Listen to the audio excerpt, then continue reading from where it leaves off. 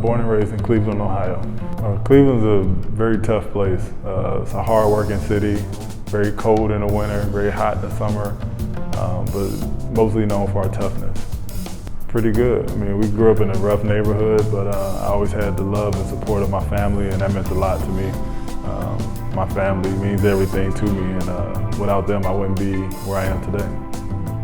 Mother, father, I have 3 sisters, 2 brothers,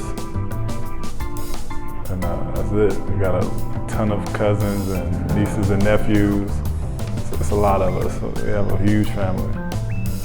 Well, I fell in love with basketball by watching the Chicago Bulls play.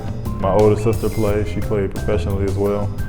I followed her around throughout high school and everything, and then she turned pro, and then I watched all the Chicago Bulls games from the 90s. Being in Cleveland, they had a Chicago station, so I watched every game and never missed it, and fell in love with the game by watching Michael Jordan. Craig Elo? No.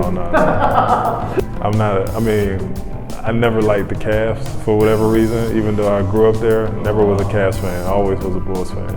I attempted to play other sports, that never lasted very long. I played soccer for 1 game, I played baseball for 2 games, and then I did boxing, and I still do boxing as part of my training, but basketball was always my first love. No, I actually didn't have my growth spurt until I was around 13 years old. I went from 5'10" to 6'6" in like 3 months. Yeah, so it was very painful. It's an amazing experience. Playing for Carolina is almost like being in the NBA, as far as you have so many eyes on you at all times. Every game that I played in college, we had 22,500 fans, every home game, sold out every game. And then you had another, million or so around the world watching. So you always had the eyes on you. It was an amazing experience, and the biggest thing to take away from all that is the lifelong relationship with other Tar Heels. That's the big thing about Carolina, is you have a tradition of great guys and great players that came before you.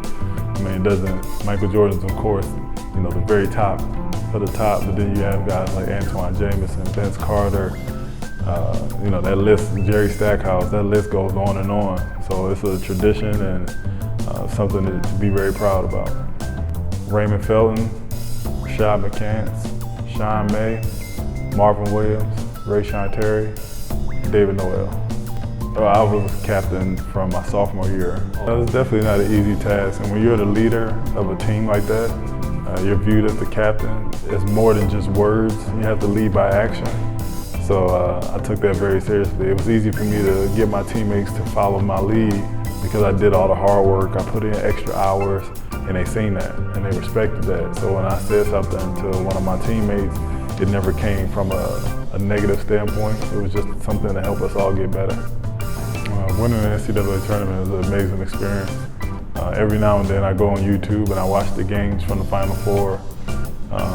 It's just unbelievable to realize I was actually out there, because when you're in the game, you don't understand how big of a magnitude the game actually is. You don't understand that there's 60,000 fans in the building and millions around the world watching. So when I go on YouTube and I watch those clips, I get to relive that experience from another perspective. I think the place I've been with the best food is Italy. Italy had amazing food. Everything was fresh, the pastas, the pizzas, and everything like that. You had to be careful in Italy, because you could easily gain weight, because the food is so good, you just keep eating. And as far as people go, my favorite place probably be Japan. My first experience in Japan kind of set the tone for me wanting to be here. My teammates, Coach Crusher and Orimo and Sakurai, those guys, Noguchi Daisuke, those guys kind of set the tone for me wanting to be in Japan. For Orimo, I just remember him, at the time I think he might have been 36 or 37 when we played together, and I was amazed then. Like a guy at his age still running the floor, being able to shoot the ball the way he does and things like that, that always impressed me. And now, fast forward, I'm 37 and he's still playing, so that's pretty impressive. Like, playing in the NBA is not real life. You have everything you need, all you gotta do is pick up the phone, as far as the treatments you need, the food you eat, everything is just top notch. The travel, it's almost not real life. Funniest things about it was I'd never been to a Cavs game growing up as a kid, and I used to always tell my father that I wasn't going to a Cavs game unless I was playing. I wouldn't even go into the arena unless I was playing. And the first time I stepped into the arena was when I was playing, so it worked out. Played with this one guy named LeBron James, Shaquille O'Neal, Ben Wallace, Sadrunas Ilgauskas, Anderson Varejao. Played with a lot of talented guys that people would know. Very fun personality. He's the guy who kept the team together. He made sure we spend a lot of time together. He understood how important it was for us to be close off the court, which would translate to us working harder together on the court. But he was an awesome teammate. Yeah, he was exactly what you see on TV. He played a lot. He's, this big, huge guy who was imposing and almost scary, but he's very funny and like a class. He's the locker room clown. No, just my teammates. I had a great group of guys around me. Outside of those guys I named, I still have a very close relationship with some other guys like Jamario Moon. We talk almost every week.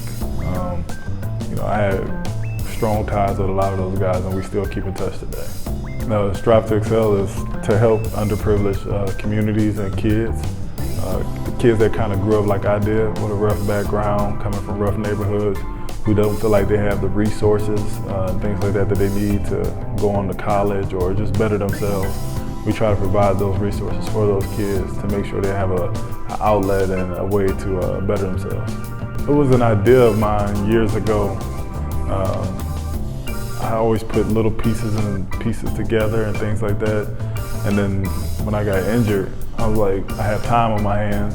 I wasn't playing any games or anything besides working out in the morning. At night, I would just sit there and knock out pages after page, and then I look back and I'm done. I have 4 books.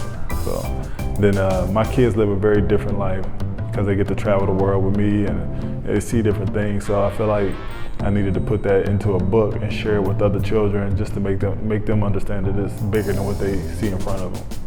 I'm going to stay close to the game of basketball.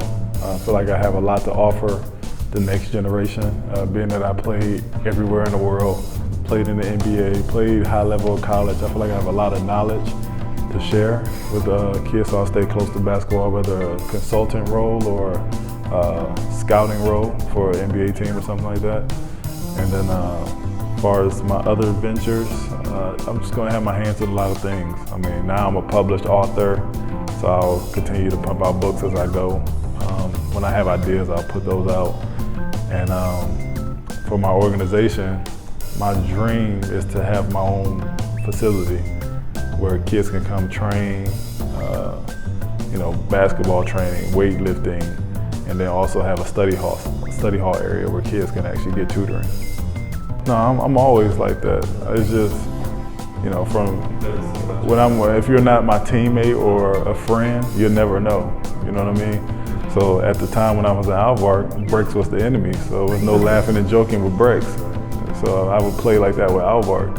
And then now it's the same way. If you go back to the games when we play against Alvark, when I'm with my BREX teammates, Alvark doesn't matter, they become the enemy at that point. That's just how it is. If you're with me, and then you'll see a different side.